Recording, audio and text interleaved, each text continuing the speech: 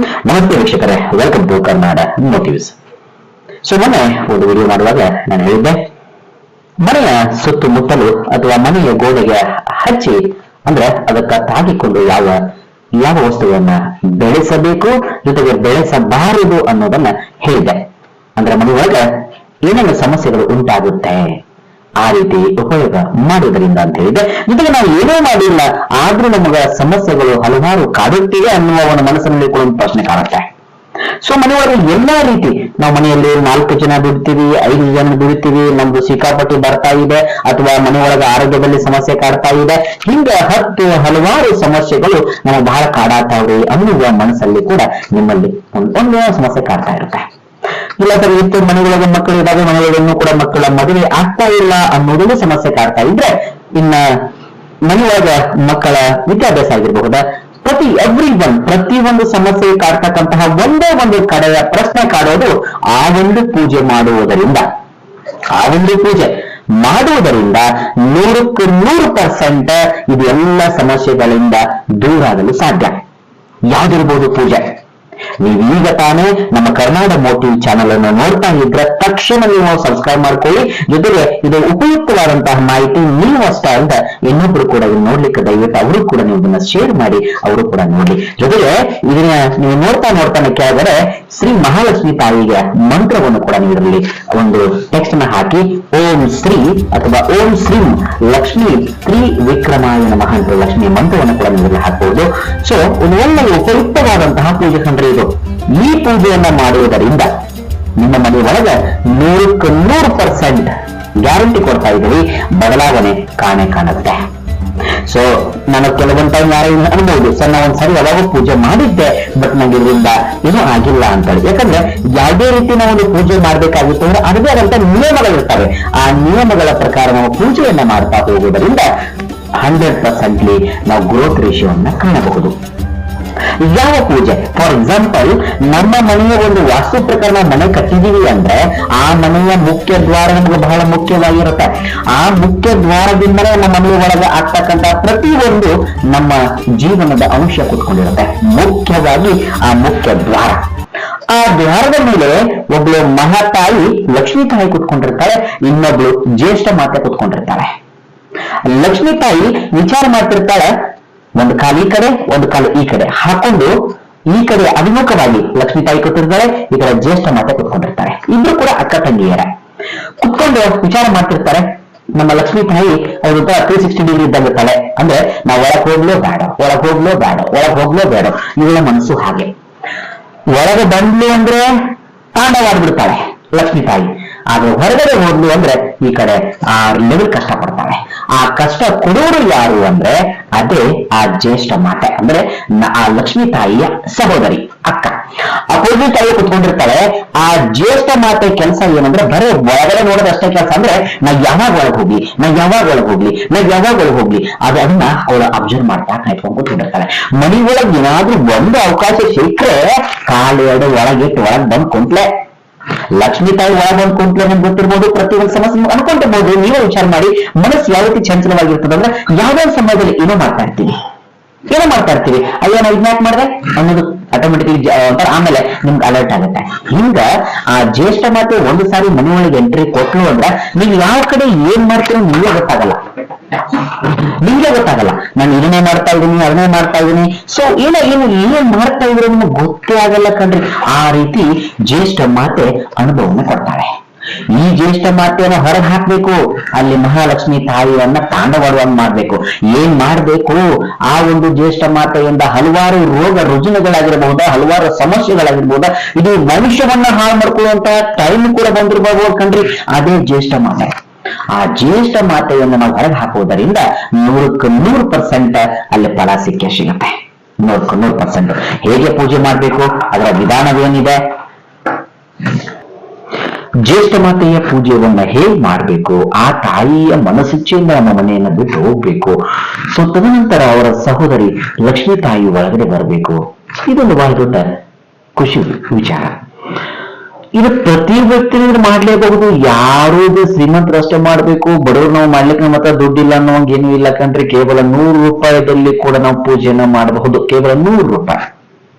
100 ರೂಪಾಯಿ ಇಲ್ಲ ಅಂದ್ರೂ ಪ್ರಾಬ್ಲಮ್ ಇಲ್ಲ, ದುಡ್ಡು ಇಲ್ಲ ಅಂದ್ರೂ ನಾವು ಪೂಜೆ ಮಾಡ್ಬೋದು. ಯಾಕಂದ್ರೆ ನಮ್ಮ ಮನೆಯಲ್ಲಿ ದಿನನಿತ್ಯ ಏನ್ ಪೂಜೆ ಮಾಡ್ತಾ ಇರ್ತೀವಿ ಅದ್ರ ಒಳಗಿರ್ತಕ್ಕಂಥ ಉತ್ಪನ್ನಗಳನ್ನ ತೆಗೆದುಕೊಂಡು ಪೂಜೆ ಮಾಡೋದು. ಸೊ ಏನ್ ಪೂಜೆ ಮಾಡೋದಪ್ಪ ಇದನ್ನಂದ್ರ, ಸೊ ಮನೆಯೊಳಗ ಅರಿಶಿನ ಮತ್ತು ಕುಂಕುಮ ಎರಡೂಗಳನ್ನು ತೆಗೆದುಕೊಂಡು ಅದನ್ನ ಒಂದು ಚಂದ ಅಂದ್ರೆ ಒಂದು ಗ್ಲಾಸಲ್ಲಿ ನೀರು ತಗೊಂಡ ಎರಡು ಸಮಾನಾಂತರವಾಗಿ ತಗೊಂಡು ಕಲ್ಸಕ್ ಶುರು ಮಾಡೋದು. ಕಲ್ಸಿದ ನಂತರ ಅದನ್ನ ನಾವೇನು ಕಲ್ಸಕ್ ಶುರು ಮಾಡಿರ್ತೀವಿ, ತಾಯಿ ನಮಗ ಹಲವಾರು ಕಷ್ಟಗಳನ್ನ ಕೊಟ್ಟಿರ್ತಾಳೆ. ಇಲ್ಲಿವರೆಗೂ till date, till time, till second, ಇಲ್ಲಿವರೆಗೂ ನಮಗೆ ಎಷ್ಟು ಸಮಸ್ಯೆ ಕೊಟ್ಟಿರ್ತಾಳೆ ಅಂದ್ರೆ ಆ ಸಮಸ್ಯೆ ಎಲ್ಲವೂ ಅವಳಿಗೆ ನಾವು ಮನವರಿಕೆ ಮಾಡಬೇಕಾಗುತ್ತೆ. ತಾಯಿಯಮ್ಮ ನಂಗೆ ಇಷ್ಟು ಕಷ್ಟ ಕೊಟ್ಟೆ, ನೀವು ಏನ್ ಸಮಸ್ಯೆ ಆಗಿರ್ತದೆ ನೋಡ್ರಿ, ಅವೆಲ್ಲ ಸಮಸ್ಯೆಗಳನ್ನ ಆ ತಾಯಿಗೆ ಹೇಳ್ತಾ ಅವಳೊಂದು ಮೂರ್ತಿ ರೆಡಿ ಆಗುತ್ತೆ. ಅದನ್ನ ಶುದ್ಧವಾದಂತಹ ಒಂದು ಅರಿವಿಯನ್ನ ಕೆಳಗಡೆ ಹಾಸ್ಬಿಟ್ಟು, ಶುದ್ಧವಾದಂತಹ ಅರಿವೆ, ಅದನ್ನ ತಾಯಿಯ ಒಂದೆಲ್ಲ ಒಂದು ಸ್ಥಾನವನ್ನು ಮಾಡ್ಕೊಳ್ಳಿ. ನೀವು ಹೊರಗಡೆ ಮಾಡ್ಕೊಳ್ಳಿ, ಆ ದೇವರ ಜಗಲಿ ಬೆಲೆ ಬೇಡ, ನೀವು ಹೊರಗಡೆ ಒಂದು ಸ್ಥಾನವನ್ನು ರೆಡಿ ಮಾಡಿಕೊಂಡು ಆ ಸ್ಥಾನದಲ್ಲಿ ಕೆಳಗಡೆ ಒಂದು ಶುದ್ಧವಾದಂತಹ ಬಟ್ಟೆಯನ್ನ ಹಾಸಿ ಅದರ ಮೇಲೆ 2 ವೀಳ್ಯದೆಲೆಯನ್ನ ಇಟ್ಟುಕೊಂಡು ಅದರ ಮೇಲೆ ಸ್ವಲ್ಪ ಅಕ್ಕಿ ಕಾಳುಗಳನ್ನ ಸ್ವಲ್ಪ ಹಾಕಿ, ತದನಂತರ ನೀವೇನ್ ರೆಡಿ ಮಾಡಿರ್ತೀರಿ ಜ್ಯೇಷ್ಠ ಮಾತೆಯನ್ನ, ಆ ಮೂರ್ತಿಯನ್ನ ಅದರ ಮೇಲೆ ಇಡಿ. ಇಟ್ಟಾದ್ಮೇಲೆ ನಿಮ್ಮ ಪ್ರೀತಿಯಿಂದ ಖುಷಿಯಿಂದ ತಾಯಿಗೆ ನಿಮ್ಮ ಪೂಜೆ ಇಷ್ಟವಾಗಬೇಕು, ಆ ರೀತಿ ಪೂಜೆಯನ್ನ ಮಾಡ್ರಿ. ಈ ತಾಯಿಗೆ ಯಾವುದೇ ರೀತಿ ಮಂತ್ರಗಳು ಯಾವುದೇ ರೀತಿ ಇರುವುದಿಲ್ಲ.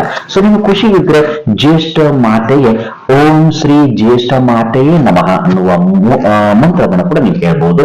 ಸೊ ಪೂಜೆ ಆಗುವವರೆಗೂ, ಅವ್ರು ಖುಷಿ ಆಗುವವರೆಗೂ 21 ಸರಿ ಹೇಳ್ರಿ, ಇಲ್ಲ 11 ಸರಿ ಹೇಳ್ರಿ, ನೋ ಪ್ರಾಬ್ಲಮ್. ಸೊ ಈ ರೀತಿ ಹೇಳಿ ಆ ಜ್ಯೇಷ್ಠ ಮಾತೆಯ ಪೂಜೆಯನ್ನು ಮಾಡಬಹುದು.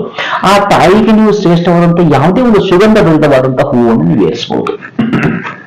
ಇದೇ ಅದಂತ ಏನಿಲ್ಲ, ಸುಗಂಧ ಭರಿತವಾದ ಹೂವನ್ನು ಏರಿಸಿ ಆ ತಾಯಿಗೆ ಪ್ರೀತಿಯಾದದ್ದು ಯಾವುದಂದ್ರೆ ಉಪ್ಪು, ಹುಳಿ, ಖಾರ.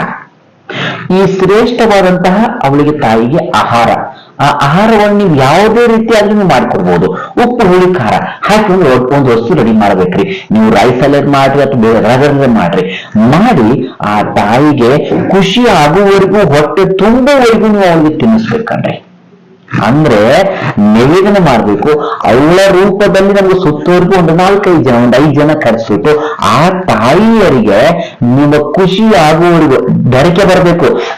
ನನ್ನ ಹೊಟ್ಟೆ ತುಂಬಮ್ಮ ಅನ್ನುವ ಧರಕೆ ಅವರ ಹತ್ರ ಬರಬೇಕು. ಅಂದ್ರೆ ಆ ರೂಪದಲ್ಲಿ ಜ್ಯೇಷ್ಠ ಮಾತೆ ಖುಷಿಯನ್ನು ಪಡ್ತಾ ಇರ್ತಾಳೆ. ತದನಂತರ ಅವರು ಖುಷಿ ಪಟ್ಟು ನಾನು ಖುಷಿಯಾಗಿ ಹೊಂಟ್ನಿ ಅಂತ ಏನ್ ಹೇಳಿ ಹೊರಗೆ ಹೋಗ್ತಾರ ನೋಡ್ರಿ, ಮನೆಯೊಳಗಿನ ಜ್ಯೇಷ್ಠ ಮಾತೆ ಹೊರಗೆ ಹೋಗ್ಲಿದೆ ಆಗ್ತಾರೆ. ಅವರು ಖುಷಿಯಾಗಿ ಹೋಗ್ಬೇಕು. ತದನಂತರ ಏನೊಂದು ಪೂಜೆ ಮುಗಿಯುತ್ತೆ. ಪೂಜೆ ಮುಗಿದಾದ ಮೇಲೆ ಆ ತಾಯಿಯ ಏನೊಂದು ಮೂರ್ತಿ ಮಾಡಿರ್ತೀವಿ, ಆ ಮೂರ್ತಿಯನ್ನ ಸೊ ಎಲ್ಲಿ ನೀರು ಹರಿಯುವಂತ ಪ್ರದೇಶ ಇರ್ತದೆ. ಸೊ ಇವಾಗ ಏನ್ ಮಾಡ್ತಾ ಇದಾರೆ ಅಂದ್ರೆ, ಎಲ್ಲೆಲ್ಲ ಒಂದು ಬಕೆಟ್ ತಗೊಂಡು ಆ ಬಕೆಟ್ ಅಲ್ಲಿ ತಾಯಿಯ ಮೂರ್ತಿಯನ್ನು ಎಲ್ಲ ನೀರಲ್ಲೆಲ್ಲ ಕೈ ಹಚ್ಕೊಂಡು ಅದನ್ನ ನೀರ್ ಟೈಪ್ ಮಾಡ್ಕೊಂಡು, ತದನಂತರ ಮನೆ ಒಳಗ ಎಲ್ಲಿ ಹರಿಯುವಂತ ಕ್ಷೇತ್ರ ಇರ್ತದೆ ಅಲ್ಲಿ ಹೋಗಿ ನೀರ್ ಹಾಕಿ ಬರ್ತಾರೆ. ಜೊತೆಗೆ ಅವು ಕೊಳಚೆ ರೂಪದಲ್ಲಿ ಹೋಗ್ತಾರೆ. ದಯವಿಟ್ಟು ಇದು ಮಾಡ್ಲಿಕ್ಕೆ ಹೋಗ್ಬೇಡಿ. ಎಲ್ಲಿ ಹರಿಯುವ ಸ್ಥಳ ಇರ್ತದೆ, ಫಾರ್ ಎಕ್ಸಾಂಪಲ್ ನೀವು ಕೆರೆ ಅಂತ ಅನ್ಕೊಳ್ಳಿ, ಅಥವಾ ಹಳ್ಳಗಳಂತ ಅನ್ಕೊಳ್ಳಿ, ಅಥವಾ ನದಿಗಳಿದ್ರೆ ತುಂಬಾ ಉತ್ತಮ. ಸೊ ಇಂಥ ಸ್ಥಳಗಳನ್ನ ನೀವು ಫೈಂಡ್ ಔಟ್ ಮಾಡ್ಕೊಂಡ ಅಲ್ಲಿ ಹೋಗಿ ಜ್ಯೇಷ್ಠ ಮಾತೆಯನ್ನ ಪುಡಿ ಮಾಡಿ ಆ ಹರಿಯುವ ನೀರಿನಲ್ಲಿ ಬಿಟ್ಟು ಖುಷಿಯಿಂದ ನೀವು ಅಲ್ಲಿಂದ ಮನಸ್ಸಲ್ಲಿ ಒಂದು ನೆಮ್ಮದಿನ ಕಾಣ್ಕೊಂತ ಬನ್ನಿ. ಇವತ್ತಿನಿಂದ ನನ್ನ ಜೀವನದಲ್ಲಿ ನಾನು ಏಳಿಗೆಯನ್ನ ಕಾಣ್ತಾ ಇದ್ದೀನಿ. ಸೊ ಇದನ್ನ ಅನ್ಕೊಂಡ ನೀವು ಶುರು ಮಾಡಿ, ತದನಂತರ ಮನೆಗೆ ಬಂದ ಮನೆಯಲ್ಲಿ ಶುಚಿ ಮಾಡ್ಕೊಳ್ಳಿ. ಟೋಟಲಿ ಮನೆ ಶುಚಿ ಮಾಡ್ಕೊಂಡು, ಮನೇಲಿ ಯಾರು ಇರ್ತಾರೆ ಮನೆಯಲ್ಲಿ ಮಾಡ್ಕೊಳ್ಳಬಹುದು. ಶುಚಿ ಎಲ್ಲ ಶುದ್ಧವಾಗಿ ಮಾಡಿಕೊಂಡು ತದನಂತರ ಮಹಾಲಕ್ಷ್ಮಿ ತಾಯಿಯ ಪೂಜೆಯನ್ನ ಮಾಡಬೇಕು ಖುಷಿಯಿಂದ. ಓಂ ಶ್ರೀ ಲಕ್ಷ್ಮೀ ತ್ರಿವಿಕ್ರಮಾಯ ನಮಃ ಮಂತ್ರವನ್ನು ಹೇಳ್ಕೊಂಡು ತಾಯಿಯ ಪೂಜೆಯನ್ನು ಕೂಡ ಮಾಡಬಹುದು. ಇಲ್ಲ ಅಂದ್ರೆ ಕ್ಲೀಂ ಯಕ್ಷಾಯ ಕುಬೇರಾಯ ವಯ ಶ್ರವಣಾಯ ಬಲದಾನಾಧಿಪತಿಯ ದಮದಾನ ಸಮೃದ್ಧಿ ಗತಾಯ ಸ್ವಾಹ, ಇದನ್ನು ಕೂಡ ಮಂತ್ರವನ್ನು ಕೂಡ ಹೇಳ್ಬೋದು. ನಿಮಗೆ ಗೊತ್ತಿರುವಂಗ ಲಕ್ಷ್ಮೀನಾರಾಯಣ ಮಂತ್ರ ಯಾವ್ದಾದ್ರೂ ಇದ್ರೂ ಕೂಡ ನೀವು ಮಂತ್ರಗಳನ್ನ ಹೇಳಿ ತಾಯಿಯ ಪೂಜೆಯನ್ನ ಖುಷಿಯಿಂದ ಅನನ್ಯವಾಗಿ ಏನೊಂದು ನೀವು ಸುತ್ತೋಗಿರ್ತಕ್ಕಂತಹ ತಾಯಂದ್ರ ಕರಿಬಹುದು, ಕರೀಲಿ, ನೋ ಪ್ರಾಬ್ಲಮ್. ಸೊ ನಿಮ್ಮ ಮನೆಯ ತಕ್ಕಂಗ ನೀವು ಖುಷಿಯಿಂದ ಪೂಜೆಯನ್ನ ಮಾಡಿದ್ರಿ ಅಂದ್ರೆ 100% ಇಲ್ಲಿ ಬದಲಾವಣೆ ಕಾಣ್ತೀರಾ. ಇದನ್ನ ಯಾವ ವಾರ ಮಾಡ್ಬೇಕಂದ್ರೆ ಶುಕ್ರವಾರ ಮಾಡ್ರಿ. ಶುಕ್ರವಾರ ಮಾಡ್ರಿ. ಇಲ್ಲ ನೋಡಿ ಇನ್ನು ಟೈಮ್ ಇಲ್ಲ ಅಥವಾ ಮುಂದೆ ಯಾವಾಗ ಮಾಡ್ಬೇಕು, ನಮ್ಗೆ ಇದೇ ವಾರ ಅದೇ ವಾರ ಮಾಡ್ಬೇಕಂತ ಏನೂ ಇಲ್ಲ. ನಿಮ್ಗೆ ಟೈಮ್ ಸಿಕ್ಕರೆ ಅಥವಾ ಇದೇ ದಿವಸ ಮಾಡ್ಬೇಕಂತ ನಿಮ್ ತಲಾಗಿತ್ತು ಅಂದ್ರೆ ಜ್ಯೇಷ್ಠ ಮಾತ್ರ ಒಂದು ಹುಣ್ಣಿಮೆ ಬರ್ತದೆ, ಜ್ಯೇಷ್ಠ ಹುಣ್ಣಿಮೆ ಅಥವಾ ಜ್ಯೇಷ್ಠ ನಕ್ಷತ್ರ ಅಂತ ಬರ್ತದೆ, ನೀವು ಅವಾಗಾದ್ರೂ ಕೂಡ ಮಾಡಬಹುದು. ಅದಕ್ಕಿಂತ ಮೊದಲು ನಮ್ಮ ಸಮಸ್ಯೆ ಬಹಳ ಕಾಡ್ತಾ ಇದಾವ್ರಿ ಅಂದ್ರೆ ನೀವು ಇಲ್ಲೇ ಟ್ರಯಲ್ ಬೇಸ್ ಮಾಡಬಹುದು. ಶುಕ್ರವಾರನೇ ಮಾಡ್ರಿ. ನಾಳೆ ಬರೋ ಶುಕ್ರವಾರ ಕೂಡ ಇದೆ. ಆ ಶುಕ್ರವಾರ ಈ ಒಂದು ತಾಯಿಯ ಪೂಜೆಯನ್ನ ಮಾಡಿದ್ರೆ 100% ಬದಲಾವಣೆಯನ್ನ ಕಾಣ್ತೀರಿ. ಸೊ ಇದೇ ತರ ನೀವು ಮುಂದಿನ ವಿಡಿಯೋಗಳನ್ನ, ಉಪಯುಕ್ತವಾದಂತಹ ವಿಡಿಯೋಗಳನ್ನ ನೀವು ಇನ್ನೂ ವೀಕ್ಷಿಸಬೇಕಾಗಿದ್ರೆ ದಯವಿಟ್ಟು ಸಬ್ಸ್ಕ್ರೈಬ್ ಮಾಡ್ಕೊಳ್ಳಿ. ಜೊತೆಗೆ 3-6 ಜನಕ್ಕೆ ನೀವು ಶೇರ್ ಮಾಡೋದ್ರಿಂದ ಅವರು ಕೂಡ ಬದಲಾಗ್ತಾರೆ ಕಣ್ರಿ. ಯಾಕಂದ್ರೆ ನಾವಷ್ಟೇ ಬದಲಾಗಿ ಜೀವನದಲ್ಲಿ ಒಳ್ಳೆಯದು ಆಗ್ತೀವಿ ಅನ್ನೋದು ಬಹಳ ಕಷ್ಟದ ಕೆಲಸ. ನಾವು ಬೆಳ್ತಾ ಇದೀವಿ ಅಂದ್ರೆ ನಮ್ಮಿಂದ 4 ಜನ ಬೆಳಿ ಅನ್ನೋದೈತೆ ನೋಡ್ರಿ, ಅದು ಒಂದು ಮನುಷ್ಯತ್ವದ ಕೆಲಸ. ಎಸ್, ಧನ್ಯವಾದಗಳು. ಸೊ ಹೀಗೆ ನಿಮ್ಮ ಬೆಂಬಲ ನಮ್ಮ ಕರ್ನಾಡ ಮೋಟಿವ್ಸ್ ಮೇಲೆ ಇರಲಿ.